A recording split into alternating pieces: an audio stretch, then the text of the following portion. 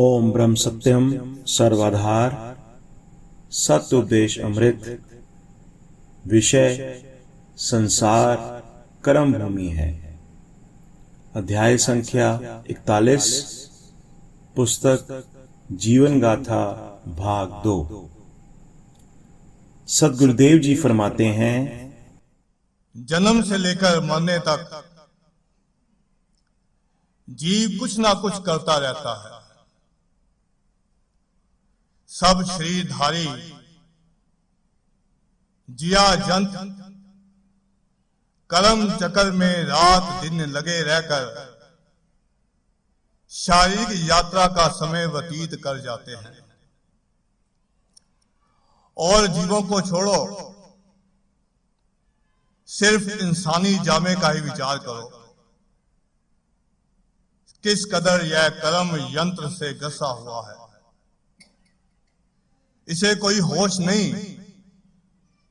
कि यह शरीर क्या है, इसमें बोल क्या चीज रही है।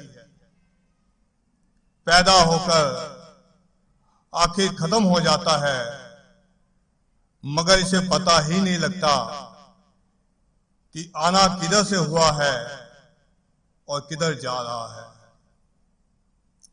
खाने पीने, देखने, सुनने, चखने और अनेक तरह के काम करने की इसे जन्म से ही सूझी है।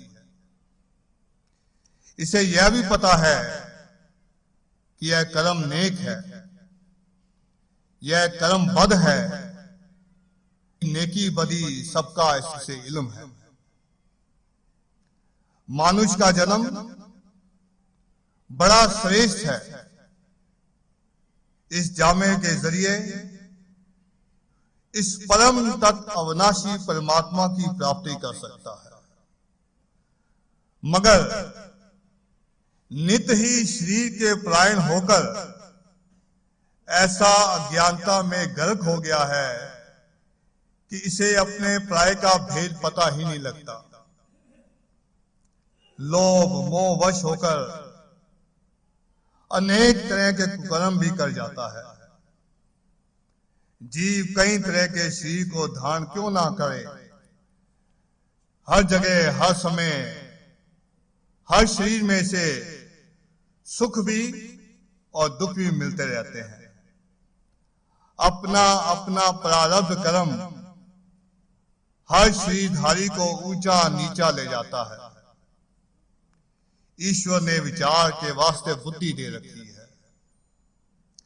जीव सांसारिक भोग पदार्थों के सुखों को हासिल करने के वास्ते ही सब कुछ अपना न्यौछावर कर देते हैं। उनको ही प्राप्त करना बड़ा काम समझ रखा है। यही उनकी परम अज्ञानता है। जीवन यात्रा का आधा हिस्सा तो सोने में खत्म कर देता है। जब शरीर को बुढ़ापा आकर घेरता है, तब कुछ करने धरने की शक्ति नहीं रहती। रातें सोचने में गुजर जाती हैं।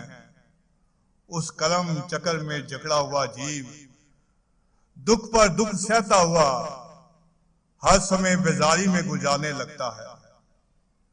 पिछले सुखों को याद करके कल्पने लग जाता है और आगे इससे कुछ बनता नहीं। मौत सामने नजर आने लगती है।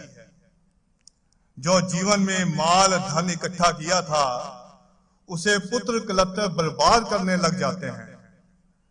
आप तो जिंदगी में ना स्वाद से कुछ खाया, ना पहना, ना पुण्यदान किया, ना सेवा में खर्च कर सका। उस समय दूसरों को इस तरह करते देखकर मन ही मन कुटता जाता है, मगर कुछ कहने पर भी उसकी कोई नहीं सुनता। मोह ममता के फेर में पड़कर सारी उम्र कोई अच्छा काम ना कर सका, बल्कि केवल धन इकट्ठा करना, परिवार का फैलाव कर लेना, जायदाद वगैरह खड़ी करता रहा। यह समझ ही ना आई कि यह असली रास नहीं। यदि झूठ कपट छल फेब द्वारा कूड़ को सत करके इकट्ठा कर भी लिया तो क्या हुआ। यह समझ में नहीं आया कि यह सब संपदा इसी जगह रह जाने वाली है। उसे यह पता ही नहीं लगा कि जीव की असली रास नेक माली है। जिंदगी में ही कोई अच्छा कर्म ना बन सका, किस तरह अगले आने वाले समय में सुख को अनुभव कर सकते हैं। कहते हैं, बीजे पेड़ बबूल का आम कहां से खाए। आमतौर पर हिंदुस्तान में, खासतौर पर हिंदू जाति के अंदर यह विश्वास सा बना हुआ है कि मरने के बाद बेटे पोते हमारी कल्याण कर देंगे, जबकि जीवन में ही तेरा बिस्तरा चारपाई बाहर के बरामदे में कर देते हैं। कहते हैं कि बूढ़े की मत मारी गई है, इसे अभी भी खाने का लालच बना हुआ है। जिनके वास्ते बड़े चाव चौम से बड़े बड़े आराम व सुख के सामान इकट्ठे करता था, वह दाल रोटी देने में भी लाचारी समझ रहे हैं। यह संसार है, कोई बेटा पोता देवता सहारा नहीं बन सकता।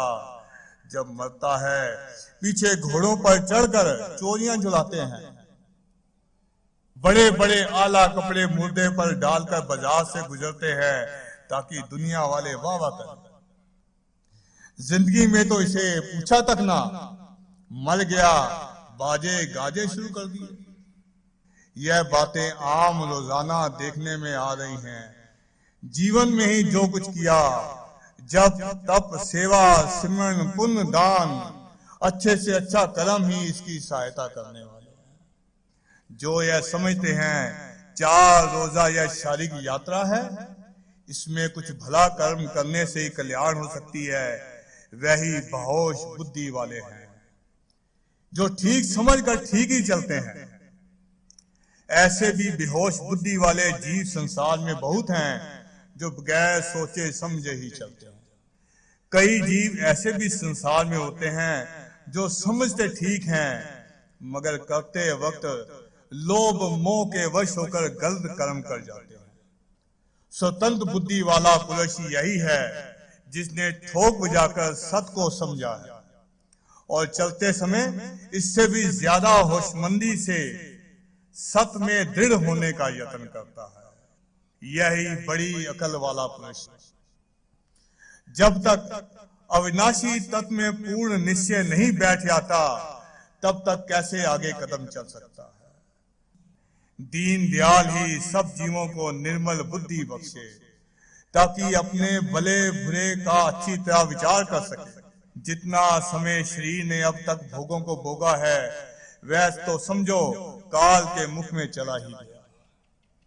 आगे का क्या भरोसा। इस वास्ते इस जीवन में ही मालिक की याद करके सफलता प्राप्त करें। मनुष्य जन्म का परम लाभ इसी में है। ओम सत्य सर्वधा।